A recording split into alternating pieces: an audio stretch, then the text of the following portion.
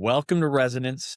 I'm your host, Michael Trainer, and today I begin the journey of sharing what has taken about 5 years in acute terms. In other words, 5 years of writing, but about 30 plus years of research into a magnum opus around relationship. How do we call in and build the right relationships in our lives? The way that I describe it most potently is, what is the music that wants to live in the space between people? And how do we become instruments for that song? It's my belief that there's a music that wants to live, and I call it the more. There's a more that wants to move through all of us, that unique song. And it's our mission in life, if you will, should we choose to accept it, to be an instrument for that song, to be an instrument for the more. But to be an instrument played beautifully, we need to be tuned. And in this age of noise, in this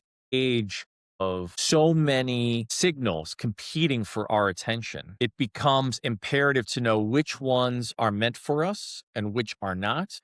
How do we clear the static, the noise that is not in service to us? How do we release and let go of relationally that which does not serve us? And in so doing, how do we become instruments for the more? How do we become the song that wants to live through us? To me, just like we all have unique fingerprints, we also all have a unique expression, a unique voice, a unique life experience. The notes, if you will, that are the original instructions of the composition of our lives.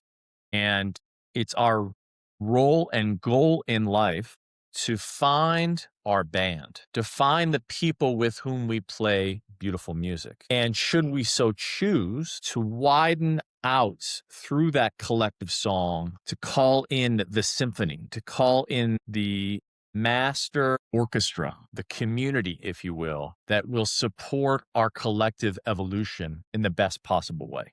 See, my friends, I believe that there is a collective consciousness. If you want to call it God, you want to call it nature, however you want to see it, I believe that there is a more that is wanting us to wake up and remember who we truly are. That is wanting us to remember our inherent birthright, which only we can birth into the world.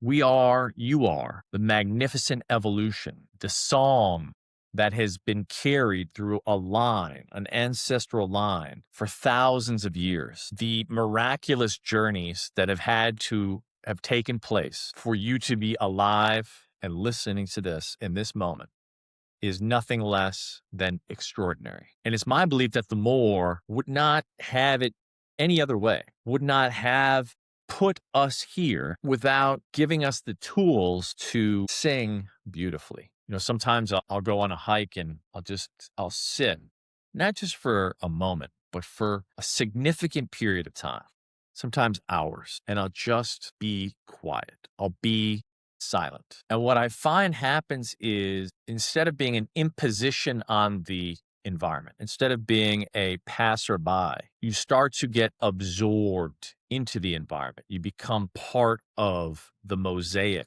of that environment. And what I notice in the listening is that there are songs being sung all around me. Tapestries and ecosystems endemic to that region are being sung at every level. The mycelium in the soil that bind to the trees to the birds singing and calling to each other in their own resonance, their own frequency. And there's this cacophony of sound, each happening at a different level, a different layer.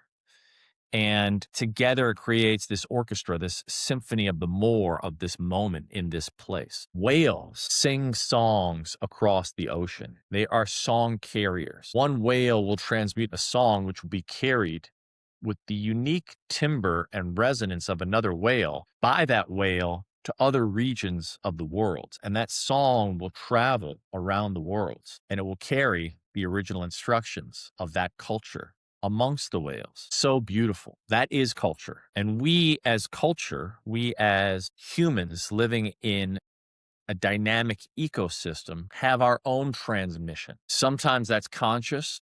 Sometimes, oftentimes, I would argue that's unconscious. We're putting out staticky signal because we don't really know who we are. We don't really know what we're about, what our mission is, what song we are meant to carry, and therefore static. We emit static and we attract static. But when we take the time, as I do, for example, by going into nature, when we take time to find the places that bring us back into tune, to tune our instrument, then we can reapproach the orchestra all around us and play in sync, in tune, both with the orchestra, but also we know when it's our turn, when we're being called to solo. A lot of people go through life soloing without listening. Like they're part of a jazz troupe, but they're not listening to when it's their turn to play beautifully.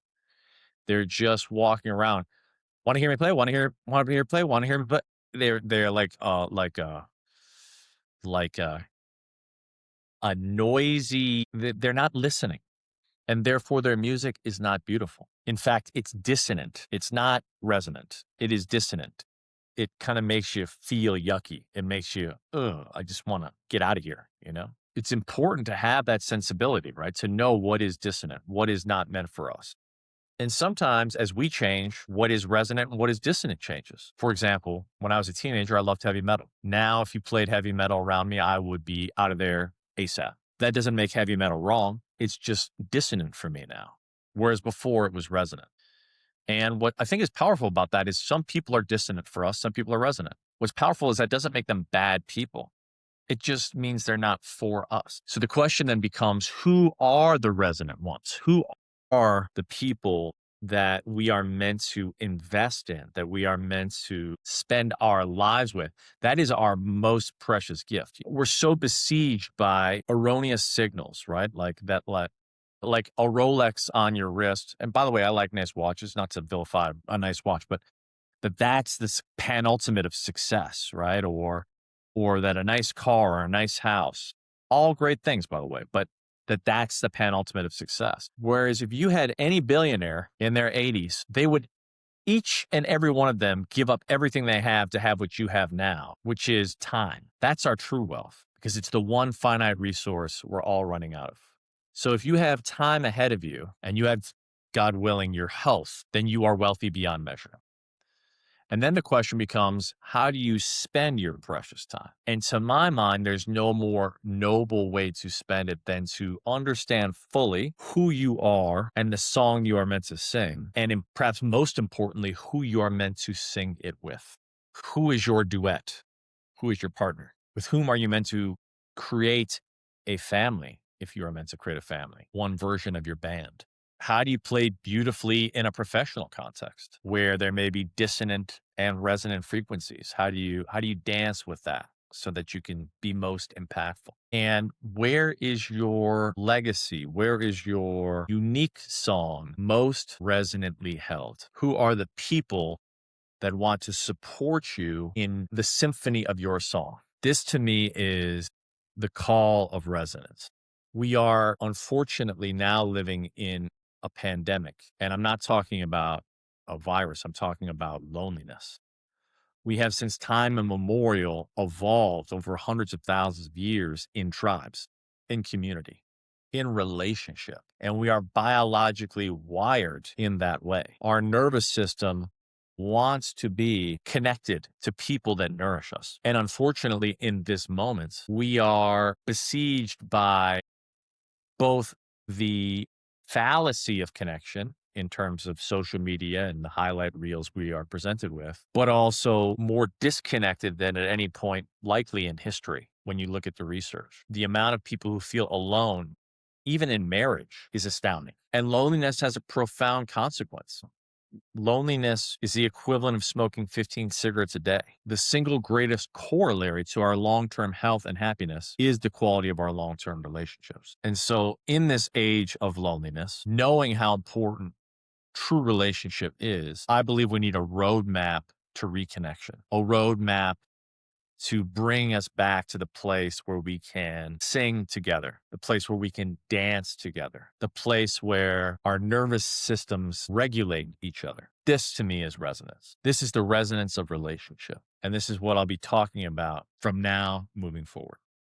I hope you'll come along.